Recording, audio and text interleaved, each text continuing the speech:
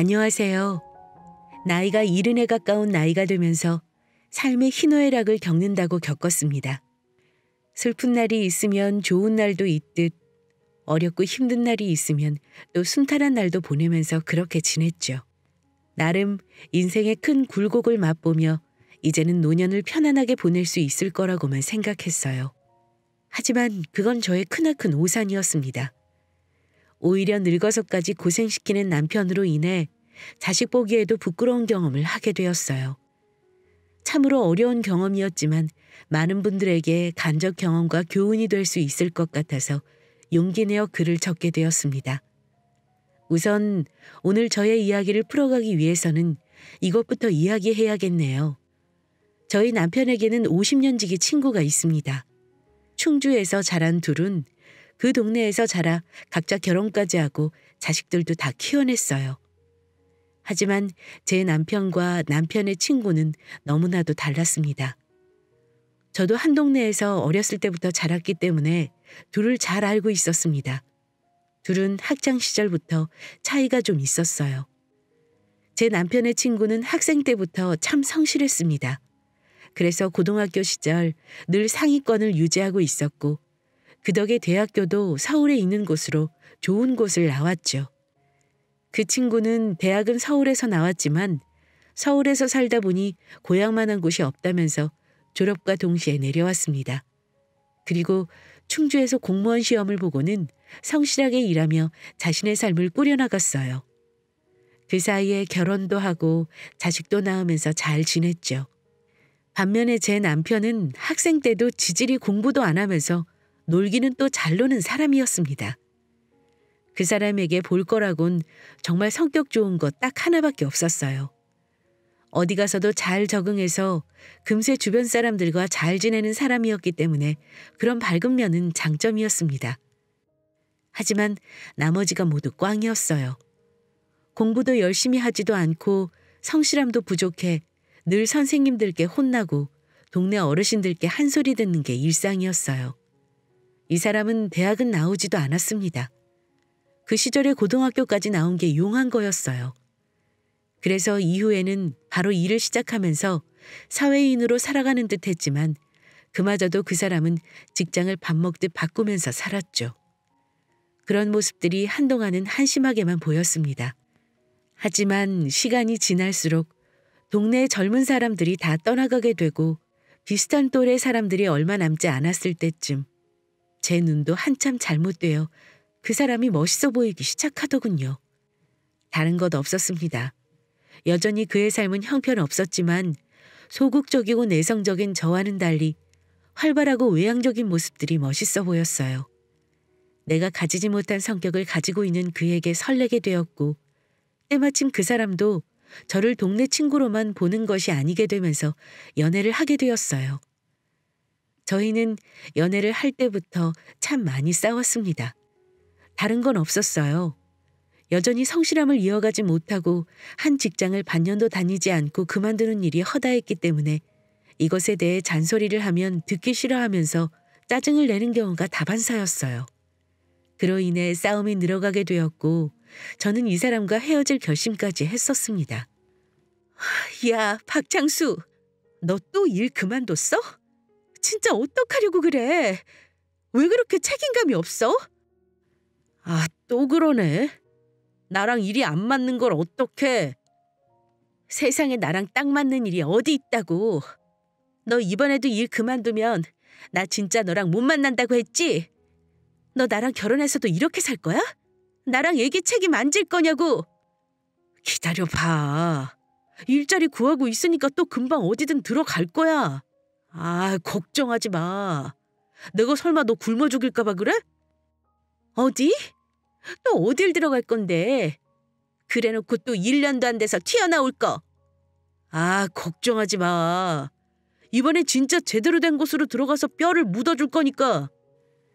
옛날에는 제가 이런 말을 하면 미안해하면서도 민망해했던 사람이 이제는 짜증을 내고 전혀 개의치 않아 하는 걸 보면서 저의 미래를 그에게 맡길 수가 없다는 판단을 하게 되었어요. 그래서 결국에는 중간에 결혼 얘기까지 오갔었지만 저는 헤어지자는 통보를 그에게 내렸습니다. 창수야, 우리 헤어지자. 아무래도 너랑은 진짜 아닌 것 같아. 나는 너같이 무책임한 사람한테 내 인생을 맡기고 싶지가 않아. 그러니까 우리 그만 헤어져. 미자야, 그게 무슨 소리야 갑자기? 무슨 소리긴, 헤어지자는 소리지. 못 알아들었니? 알아들었어. 다 알아들었어. 미안해. 나한테 다시 한 번만 기회를 줘. 나 이번에 직장 들어가면 이번에는 진짜 정신 차리고 해볼게. 제발 한 번만 믿어줘. 저는 정말 많이 좋아했는지 울면서 매달리는 창수를 다시 한번 믿어주기로 했습니다. 근데 이때는 정말 정신이 확 들었는지 정말로 저희가 결혼을 하기 전까지 한 직장을 꾸준히 다니더라고요. 저희는 창수가 다시 재취업을 하고 나서 2년 정도 더 연애를 하다가 장기 연애를 마치고 결혼식을 올렸기 때문에 저에게 믿음을 심어주기에는 충분한 시간이었어요. 나름 성실한 모습을 많이 보여주어 저도 심사숙고를 하여 결혼을 결정했고 신혼 초반까지는 나름 괜찮은 시간들을 보냈습니다. 하지만 사람은 결국 변하지 않는 걸까요? 결혼 후 태도가 바뀌어버린 남편은 집안일도 하나도 도와주지 않고 오로지 육아와 집안일을 저에게 다 맡기며 자신은 다니던 일도 그만두면서 여러 가지 사업을 벌어가며 사고를 치고 다녔어요. 하지만 이때부터는 저도 헤어지자는 소리를 하지 못했습니다. 자식들이 눈에 밟혔거든요. 저희 시대까지만 해도 이혼은 큰 흠이었고 아이들에게도 마찬가지라 참고 사는 수밖에 없었어요. 그렇게 세월이 흘렀고 저는 애들 키우랴 사고뭉치인 남편 뒷바라지 하느라 정말 힘든 세월을 보냈습니다. 사업한답시고 이것저것 일 벌리고 다녀 그 빚을 갚는 것도 다 오로지 제 몫이었어요. 그 덕에 갓난아기 없고 식당 일을 하며 지낸 게 한두 세월이 아닙니다. 제가 바라볼 건 오로지 자식들밖에 없었어요. 저희는 3남매를 키우고 있었는데 그나마 이 어린 것들이 힘든 엄마 돕겠다고 제가 일 나갔다 온 사이에 밥도 알아서 다 해먹고 빨래며 청소며 본인들이 다 해주었기 때문에 그나마 제가 이 생활을 버틸 수가 있었습니다. 그러다 첫째 아들이 결혼을 한다며 색시를 한 명 데리고 왔어요. 놀랍게도 그 딸은 저의 남편과 50년 지기 공무원 친구의 딸이었고 저희 아들과 한 동네에서 자라면서 고등학교를 같이 나오게 되면서 인연이 닿아 결혼까지 하겠다고 찾아온 거였어요. 저는 남편 친구와 사돈이 된다는 사실이 조금 부담스럽기는 했지만 그래도 그도 제가 아예 모르는 사이도 아니라서 오히려 잘된 일인지도 모르겠다고 싶었습니다. 제가 아는 그 친구는 성품이 온순하고 차분하니 괜찮았기 때문에 그 딸도 괜찮을 거라는 생각이 있었거든요. 또 제 아들도 내 자식이라서가 아니라 제 아빠 안 닮아 참 건실한 애라 둘이 잘 어울린다고 생각했어요. 그래서 곧바로 둘의 결혼을 수락했습니다. 딱 한 가지 아쉬운 점이 있다면 남편 친구는 일찍이 부인이 죽고 나서 홀로 두 딸을 어렵게 키워왔다는 거였어요. 하지만 그건 흠도 아니었고 오히려 엄마의 부재를 느끼며 자랐다는 안타까움을 느끼게는 했지만 반대로 봤을 때는 아버지의 책임감을 그대로 받은 아이였기 때문에 참 성실하고 괜찮게만 보였습니다. 처음 인사 왔을 때는 남편도 매우 좋아했어요. 서로 사귀는 건 몰랐지만 오고 가면서 동네에서 항상 봐왔던 얼굴이기 때문이었죠. 아이고, 이게 누구야? 현지가 우리 아들 색시달 사람이었냐? 왜 진작에 인사하지 않고? 그럼 이 아저씨가, 아니, 이 시아버지가 더 잘해줬을 텐데. 네, 아버님. 반가워해 주셔서 감사합니다. 이제 인사도 드렸으니까 자주 찾아뵐게요. 그럼 그래야지. 같은 한 동네 사니 이제 더 자주 보고 반갑겠구나. 아니, 그럼 이 민철이 이 자식도 너희들이 만나는 거 아는 거야? 아직 현진네 쪽에는 인사 안 드렸어요. 곧 가서 인사 드려야죠. 아, 그래? 이 시애비한테 먼저 찾아왔단 말이야? 참 잘했어. 내 이 민철이 녀석 깜짝 놀라게 아무 말도 안 하마. 뭐가 그렇게 좋은지 남편은 주책까지 피워가며 반가워했습니다. 다행히 남편의 친구 쪽에서도 결혼을 바로 수락을 해주어 그 둘은 결혼까지 순탄하게 준비를 할 수 있었어요. 하지만 문제는 결혼 후였습니다. 이 인간은 결혼 후에 저에게만 민폐를 끼치는 게 아니라 본인 자식에게도 민폐를 끼치기 시작했어요. 일단 첫째 아들이란답시고 터무니없이 용돈을 요구하기 시작했습니다. 어느 날 제가 일을 마치고 집에 들어가 힘들게 식사를 준비하고 있는데 갑자기 남편이 누군가와 통화를 하기 시작했습니다. 잘 지냈지? 아니, 근처 살면서 왜 이렇게 얼굴 보기가 힘드냐? 주말에는 건너와서 밥 좀 먹자. 그래. 바쁘면 어쩔 수 없지 뭐. 요즘 젊은이들은 참 바빠. 그럼 내 부탁 하나 하자. 내가 다음 주에 관광을 좀 가거든. 그때 우리 며느리가 용돈 좀 줄 수 있나? 명색이 큰 며느리인데 시애비 키 좀 살려줘봐. 저는 누군가와 열심히 통화하는 소리를 엿들었고 마지막으로 들려온 말에 경악을 금치 못했습니다. 저는 그 소리를 듣자마자 달려가서 전화를 뺏어버렸어요. 당신 제정신이야? 전화 1이네. 예, 네 시아버지한테 절대로 용돈 붙이지 마. 니네가 무슨 돈이 있다고. 절대 보내지 마. 알았지? 보내면 나한테 혼날 줄 알아? 저는 절대로 돈을 보내지 말라며 신신당부를 했고 전화를 끊자마자 남편에게 쏘아댔습니다. 이 미친 인간아. 어디 돈 달랠 데가 없어서 며느리한테 돈을 달라 그래? 정신이 제대로 박힌 거야? 이 여편 내가 내 며느리한테 그깟 얼마 안 되는 용돈도 못 받아? 이것들은 둘이 벌잖아. 없긴 왜 없어? 있어도 넣어줄 건 없겠지. 어디 한번 또 한번 애들한테 돈 얘기해봐. 절대 가만 안 둘 테니까. 그날로 이 집에서 쫓겨날 줄 알아. 저는 남편에게 으름장을 내놓았고 그 뒤로 돈을 받지는 않은 것 같았어요. 하지만 언제 어디에서 사고를 칠지 모르는 작자였기 때문에 저는 이때부터 긴장을 놓을 수가 없었습니다. 근데 한동안 잠잠하게 잘 사는 것 같았죠. 제 뒤에서 무슨 일을 하고 다니는지는 알 수 있는 길이 없었기 때문에 저는 그냥 조용히 살고 있다고만 생각하고 있었어요. 하지만 그 안심이 얼마 안 가 사건이 바로 터져버린 거였어요. 사건의 발단은 이때부터 시작이었습니다. 사돈이자 남편의 친구였던 민철 씨가 공직 생활을 마치고 퇴직을 한 시점이었습니다. 저희는 모두 다 친분이 있었기 때문에 애들끼리 따로 축하를 해줬다고 했지만 부인도 없이 집에서 외롭게 있을 사돈을 집으로 초대해 축하 파티도 해주었어요. 사돈, 퇴직 축하드려요. 공무원 일이 쉽지 않다고 하던데 그 긴 세월을 참 고생했네요. 애들이 축하 파티 해줬다고 들었는데 저는 조촐하게 식사 대접이나 할 겸해서 불렀어요. 사양 말고 많이 드셔요. 아이고, 감사합니다. 진수성찬으로 차려주셔서 뭐부터 먹어야 할지 모르겠네요. 야, 민철아. 눈앞에 있는 것부터 팍팍 먹어. 그래도 이 사람이 음식 솜씨는 끝내주잖냐. 너도 부인이 아직 살아있었으면 이런 거 많이 해줬을 텐데 아쉽겠어. 그치? 뭐 딸내미들이 둘이나 있으니까 더 잘하겠지? 그럼 우리 부인도 있었으면 잘해줬겠지만 난 우리 딸들이랑 또 우리 하나밖에 없는 사위가 축하해준 것만으로도 충분했어. 너랑 사돈한테도 감사하고.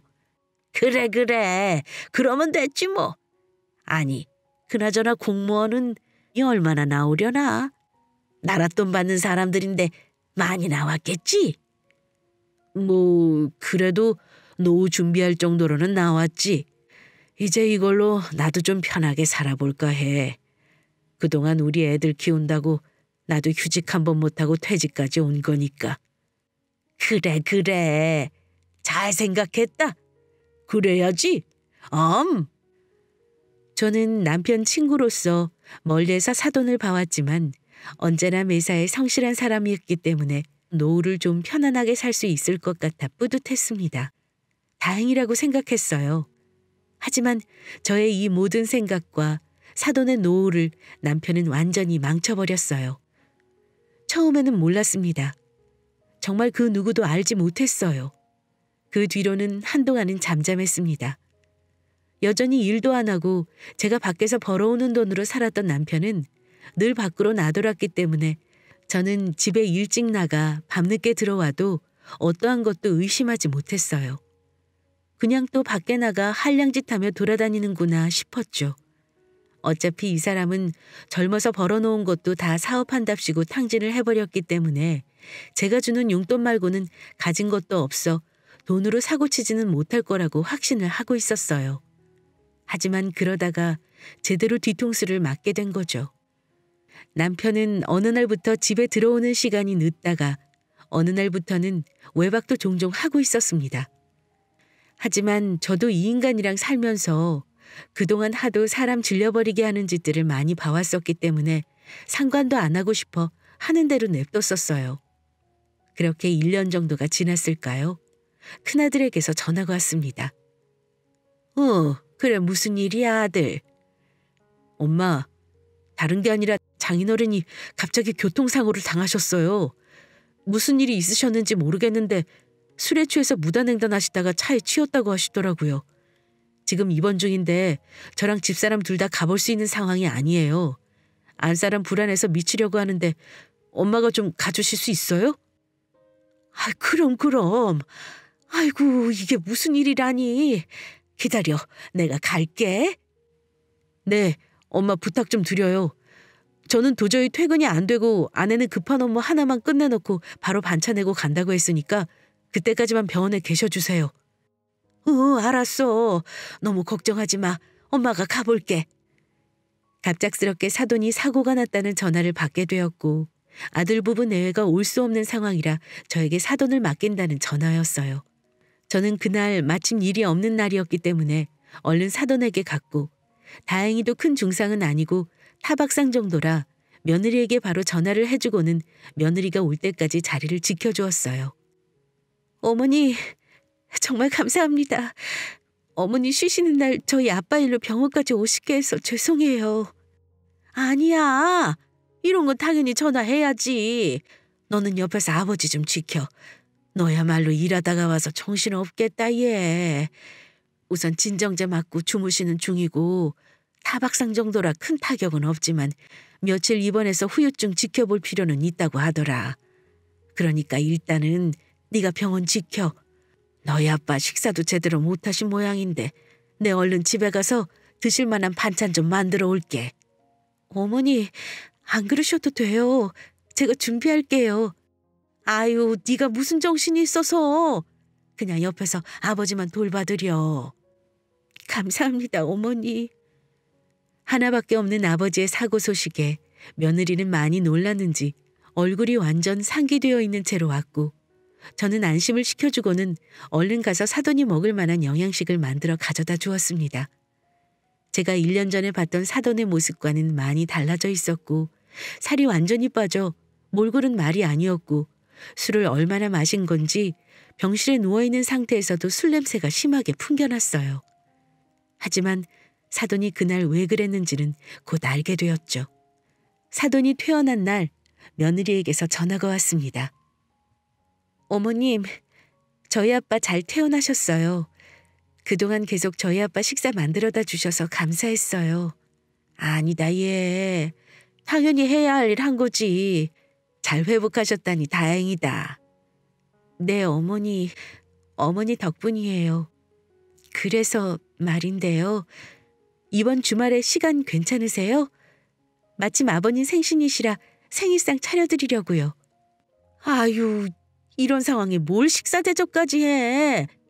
너희 아버지나 챙겨라. 아니에요. 아버지는 많이 회복되셔서 이제 혼자서도 식사 잘하셔요. 주말에는 두 분만 모시고서 저희가 식사 대접할 테니까 꼭 와주세요. 그래, 그러마. 주말에 보자. 며느리는 저에게 남편 생일을 맞아 식사를 대접하고 싶다고 하기에 저희 부부는 주말이 되어 큰아들 집으로 갔습니다. 그리고 거기에서 너무나도 경악스러운 일을 겪고 말았어요. 며느리는 오늘은 개인 접시에다가 고기를 구워드리겠다며 한 사람당 앞접시를 깔아주었고 식탁 위에 고급스러운 야채와 소고기를 잔뜩 펼쳐놓아 굽기 시작했습니다. 근데 이게 무슨 일인지 잘 익은 소고기를 저희 남편 쪽으로는 하나도 내주지 않고 제 앞접시 위에만 올려주는 겁니다.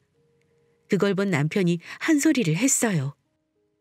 야, 며느라, 나도 사람이다. 내 앞접시도 텅텅 비었어. 좀 놔봐. 저는 또 기다리면 알아서 줄 텐데 기다리지 못하고 한 소리를 하는 남편의 옆구리를 쿡 찔렀어요. 하지만 그 뒤로 보인 며느리의 행동을 보면서 그대로 멈출 수밖에 없었어요. 네, 아버님. 아버님 건 따로 있어요. 기다리세요. 며느리는 이 한마디를 하고는 어딘가로 가서 지금까지 구웠던 1등급 2플러스 한우와는 달리 구매한 지 얼마나 된 건지 색깔이 완전히 검게 변해 썩은 내가 안 나면 다행인 고기를 꺼내왔습니다. 아버님 기다리세요. 곧 구워드릴게요. 야, 너 지금 뭐 하는 짓이야? 지금 다 썩은 걸 나한테 구워주겠단 소리야? 네, 이게 아버님 거예요. 이게 미쳤나? 야, 너 뭐 잘못 먹었어? 왜 이래? 저희 남편은 며느리의 경악스러운 소리에 흥분하며 소리를 쳤고 저도 이게 무슨 일인가 싶어 옆에서 물었습니다. 아니, 그러게. 얘, 왜 그래 너 갑자기. 무슨 일이니 이게? 어머니 죄송합니다. 근데 저 이렇게 할 수밖에 없어요. 우리 아빠, 아버님 때문에 노년에 이런 썩어빠진 고기도 먹기 힘들어지셨거든요. 우리 아빠는 아예 숨쉬는 것도 힘들어서 괴로워하고 있는데 우리 아빠 그렇게 만든 당사자를 어떻게 제가 가만둬요? 이 고기도 우리 아빠가 보내신 거예요. 혼자 그렇게 살면 억울하잖아요? 뭐라고? 그게 무슨 소리야? 저는 영문모를 말을 하는 며느리에게 되물었고 뭔가 아는 게 있는지 옆에서 가만히 있는 아들과 며느리의 소리를 듣고는 찔리는 듯 더 흥분하며 말을 하는 남편을 지켜볼 수밖에 없었습니다. 야, 너 이 미친. 내가 다 갚는다고 했다고. 그 쫌팽이 같은 놈이 너한테 다 말한 거야? 이 새끼를 내가. 그만하세요. 우리 아빠한테 무슨 자격으로 그렇게 말하는데요? 당장 우리 아빠 돈 갚아요. 갚으란 말이에요. 몰라. 나는 죽었다 깨어나도 그 돈 없으니까 어디 신고를 하든지 말든지 알아서 해. 이 쫌팽이 같은 집구석 같은 이라고. 남편은 그렇게 말하면서 생일상을 완전히 엎어버렸고 그걸 본 며느리는 지지 않으려는 태도를 보이며 모두가 놀랄 만한 행동을 했습니다. 그만둬, 이 나쁜 새끼야. 며느리는 남편의 행동을 보며 울부짖으며 소리를 쳤고 그 화를 참지 못하고 제 시아버지의 뺨을 있는 힘껏 내리쳤어요. 누구도 예상하지 못한 행동에 아들이 놀라 며느리를 말렸고 저는 대충 어떤 상황인지 파악이 되어 며느리를 말릴 면목이 없었습니다. 하지만 일단은 이 자리에서 이 둘을 떼어놓아야겠다고 판단을 했어요. 그래서 며느리에게 뺨을 맞고 더 흥분에 덩달아 며느리를 때리려는 남편을 저 역시 발로 옆구리를 세게 차버렸습니다. 뭘 잘했다고 네가 며느리한테 손찌검을 해? 이 미친 새끼야. 당장 따라 나와, 당장. 꽤나 아팠는지 바닥에 나뒹구는 남편을 저는 끌고 나갔습니다.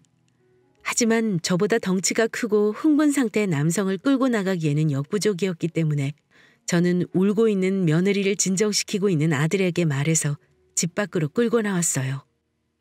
며느라, 미안하다, 미안해. 일단 나중에 얘기하자. 아들, 저 미친 새끼 좀 네가 끌고 나와. 빨리. 예, 엄마.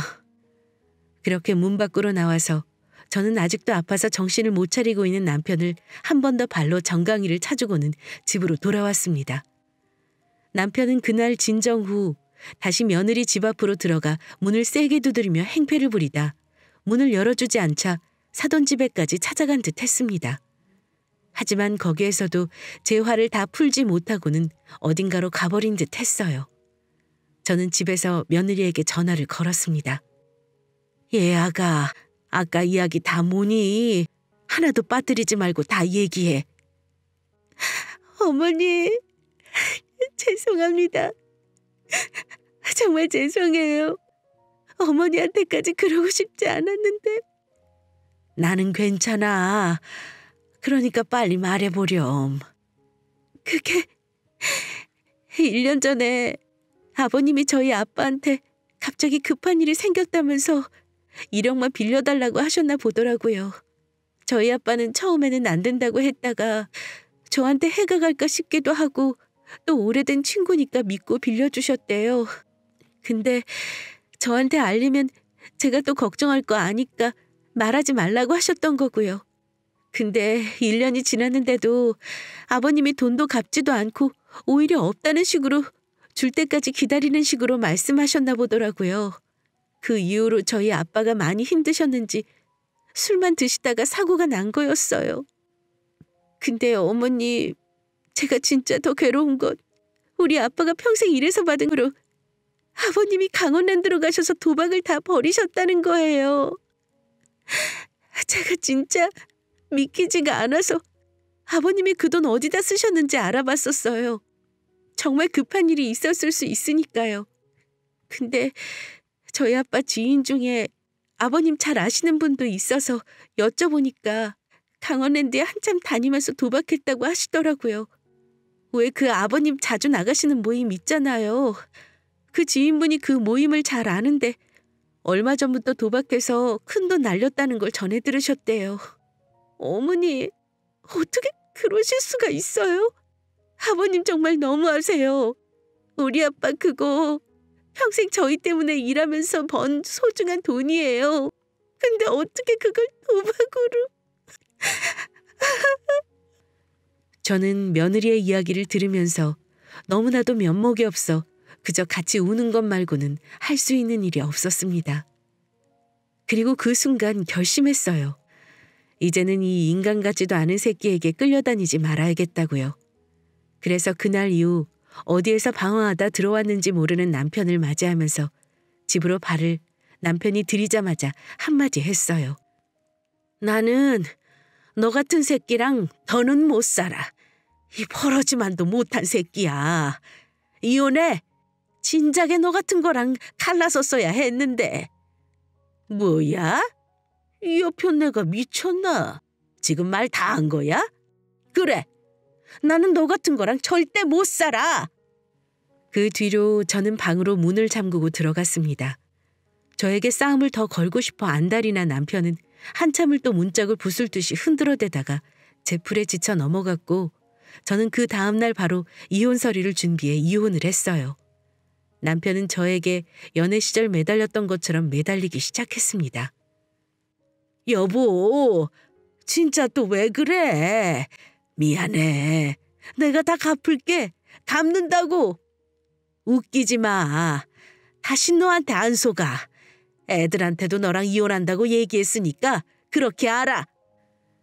저는 조금도 받아주지 않고 그대로 이혼을 진행했습니다. 남편도 이번에는 저의 고집을 꺾지 못하고 결국에는 이혼 서류에 도장을 찍었어요. 그렇게 이혼을 하고 나서 저는 제가 평생을 모아 제 명의로 산 집을 팔아 사돈에게 갚아주었습니다. 어머니, 감사합니다. 정말 감사해요. 그리고 죄송합니다. 사돈, 고마워요. 아니에요. 이제야 드려서 죄송하죠, 제가. 미리 알았더라면 이런 민폐는 끼치지 않았을 텐데.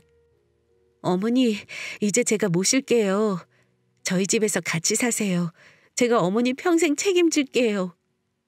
그래, 고맙다, 며느라. 나도 참 염치가 없지만 이제 집이 없어서 우리 며느리랑 같이 살아야겠네. 그럼요, 어머니. 당연히 저희가 모셔야죠. 편하게 들어오세요. 편하게. 그렇게 저는 큰아들 집에서 지내게 되었고 남편과는 그 뒤로 헤어져 연락도 받지 않았습니다. 하지만 같은 동네에서 오래 산 사이였기 때문에 들리는 소식은 어쩔 수 없었어요. 우리 자식들도 다 남편을 외면하고 지냈기 때문에 남편은 허름한 원룸에서 지내고 있다는 걸 동네에서 남편을 잘 아는 지인을 통해서 들었습니다. 근데 저는 하나도 불쌍하지 않아요. 오히려 제 죗값을 제대로 치르고 있다고 생각해요. 지금은 큰 며느리와 함께 잘 지내고 있습니다. 며느리도 저한테 참 잘하고 저도 이들 부부에게 민폐가 되지 않도록 지내고 있어요. 앞으로도 쭉 그렇게 지낼 예정입니다. 저는 비록 결혼에 실패를 했지만 이 글을 보시는 분들은 좋은 인연을 만나셨으면 좋겠습니다. 그래서 노년을 행복하게 보내세요. 감사합니다.